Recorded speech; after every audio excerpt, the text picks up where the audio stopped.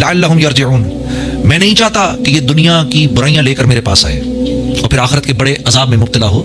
मैं चाहता हूं कि दुनिया में इसकी खिंचाई थोड़ी सी करके इसको पाक साफ कर दें ताकि ये आखिरत के बड़े अजाब से बच सके। और इसकी वजह यह है ताकि ये मेरी तरफ रुजू करे, माफी मांगे।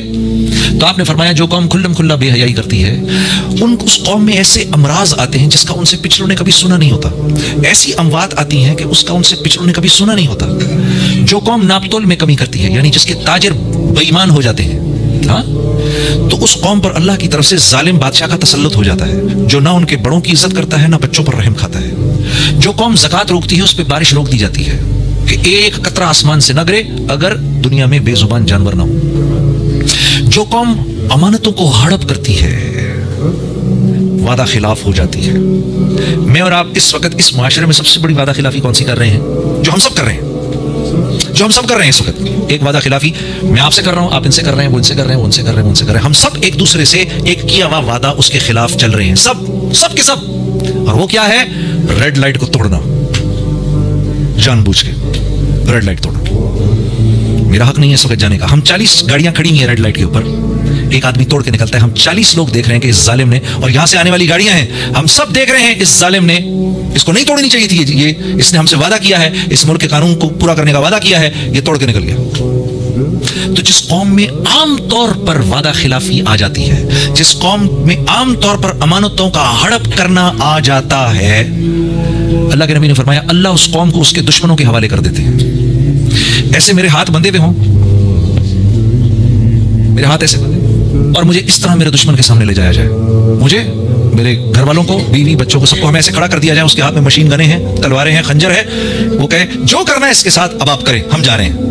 वो क्या करेगा मेरे साथ? मेरा दुश्मन बोटियां करेगा। ये अल्लाह का एहसान है कि हमारी बोटियां नहीं हो रही, हो भी रही है, लेकिन मालिक का एहसान है कि मैं और आप जिंदा हैं। जो कौम अमानतों को हड़प करती है, जो कौम वादा खिलाफी करती है, उस कौम को अल्लाह उसके दुश्मनों के हवाले करता है। फिर आपने फरमाया वो लोग उनके घरों में घुसकर उनके मालों को लूटते हैं, उनके दुश्मन उनके घरों में घुस के उनके मालों को लूटते हैं। मैं आपको हदीस के अल्फाज बता रहा हूं। पांचवी बात, फिर आपने फरमाया जो कौम अल्लाह के कानून को तोड़ती है उनमें आपस में खाना जंगी हो जाती है।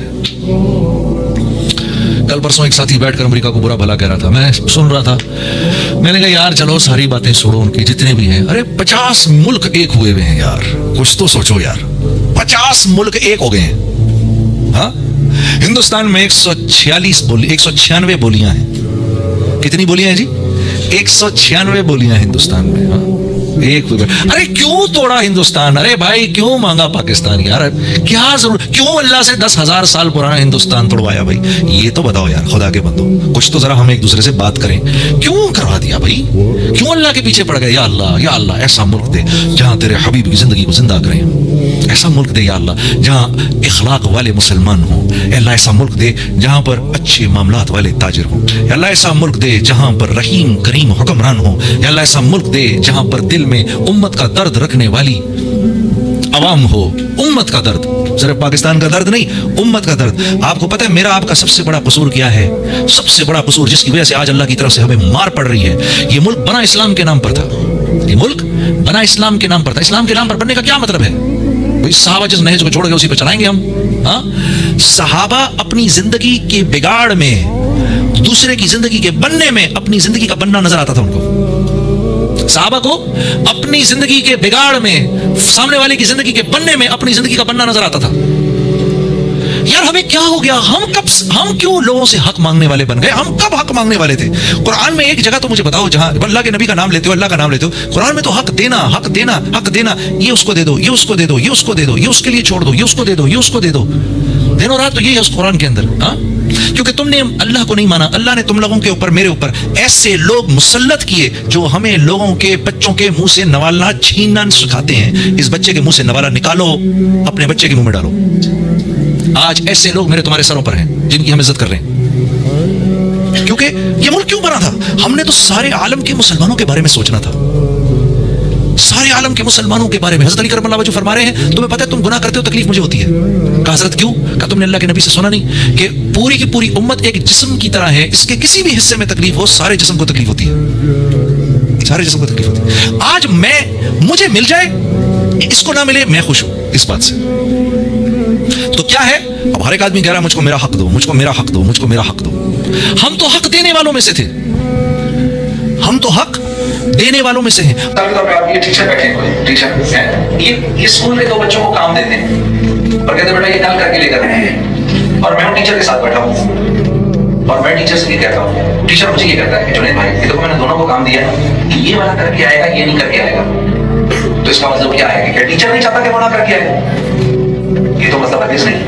लेकिन टीचर उसको पहचानता है कि मैं एक साल से इसको समझा रहा हूँ, पढ़ा रहा हूँ, मैं, टीचर उसकी हसरत से वाकिफ हो गया, हालांकि टीचर ने उसको पैदा भी नहीं किया, टीचर ने उसको पैदा नहीं किया, एक साल उसके साथ रहे तो टीचर इसके मिजाज को समझ गया।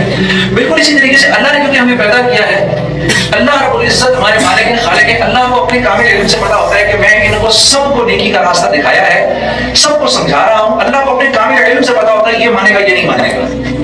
इसलिए कुरान में फरमाया इन्ना हदैनाहुस सबील, ये इसको समझो, इन्ना हदैनाहुस सबील, ये मैं तुम्हें सीधा रास्ता दिखा रहा हूँ, ये सीधा रास्ता है, इस सीधे रास्ते पर चलो, इम्मा शाकिरा व इम्मा कफूरा, इनमें से कुछ मानेंगे कुछ नहीं मानेंगे, ठीक है। जैसे हमें क्या सीधा रास्ता पता, थोड़ा सा इख्तियार तो दिया अल्लाह ने हमको। अल्लाह कुरान में फरमा रहे हैं 7 कसमें खाकर, वश्शम्सी वदुहाहा वल्क़मरि इज़ा तलाहा वन्नहारि इज़ा जल्लाहा वल्लैलि इज़ा यग़शाहा वस्समाइ वमा बनाहा वल्अर्दि वमा तहाहा, फिर आखिर में हमारी जान की कसम खाई, वनफ्सिन वमा सव्वाहा, मेरे बंदे मुझे तेरी जान की कसम, 7 कसमें खाई अल्लाह ने। हालांकि जरूरत अल्लाह को कसम खाने की नहीं है, अल्लाह को सदक़ल्लाहुल अज़ीम है, लेकिन जैसे हम नहीं समझाते, अमान अल्लाह की कसम, अल्लाह के रसूल की कसम, कुरान की कसम, तेरे माँ बाप की कसम, फलाने की कसम, फलाने की कसम। तो अल्लाह ने वक्त की जो कि इंसान का सबसे कीमती असासा है, उसकी पहले 6 कसमें खाई, फिर इंसान की जान की कसम खाकर फरमाया फ़अल्हमहा फुजूरहा वतक़वाहा, सच और झूठ, हक और बातिल, इसके फर्क की समझ हमने इल्हाम की है तुम्हें, ये इल्हाम करके भेजा है, मुझे करना क्या ना मुझे पता नहीं था। फिर फरमाया क़द अफ़लह मन ज़क्काहा, अगर तुमने अपनी नफ्स पर गिरे बांधी और इसको रोक के रखा, कामयाब हो जाओगे। ये इतनी तुम्हारी स्ट्रेंथ है, ये स्ट्रेंथ तुम्हें दी है। वक़द ख़ाब मन दस्साहा, अगर जानवर की तरह इसको छोड़ दिया, अगर जानवर की तरह इसको छोड़ दिया कि ये करे जो करे, तो तबाह बर्बाद हो जाओगे। फिर आगे हमें सबूत की मिसाल दी कि देखो वो अपनी मर्जी पर चले कैसे बर्बाद हो गए। तो ये अल्लाह ने हमारे हाथ में इतना जरूर दिया है जोर। शैतान ने भी अल्लाह से ही बात की, क्वेश्चन किया, मैंने मुझसे किया, शैतान ने अल्लाह से क्वेश्चन किया, इकबाल ने इसको बयान किया, ये कहावत है या हिदायत है या रिवायत है मुझे पता नहीं, लेकिन इकबाल ने इसको बड़े खूबसूरत तरीके से बयान किया। शैतान ने अल्लाह से कहा या अल्लाह तू तो इतना रहीम करीम, तूने मेरा नसीब इतना बुरा क्यों बनाया, तुझे तो पता ही था कि मैं शैतान हूँ, मेरे नसीब में तूने शैतानियत लिख दी। तो अल्लाह पाक ने जवाब दिया, बता तुझे अपनी इस बुरे नसीब का नाफरमानी से पहले पता चला कि बाद में? नाफरमानी की उससे पहले तो तुम्हें नहीं पता था कि तुम्हारा नसीब इतना बुरा है, तब तो तुम जानते मेरा नसीब इतना अच्छा है। तो ये अल्लाह को कहना कि अल्लाह ने हमें गुनाह के अंदर पता भी नहीं हिल सकता, नहीं पता नहीं हिल सकता इस कायनात के।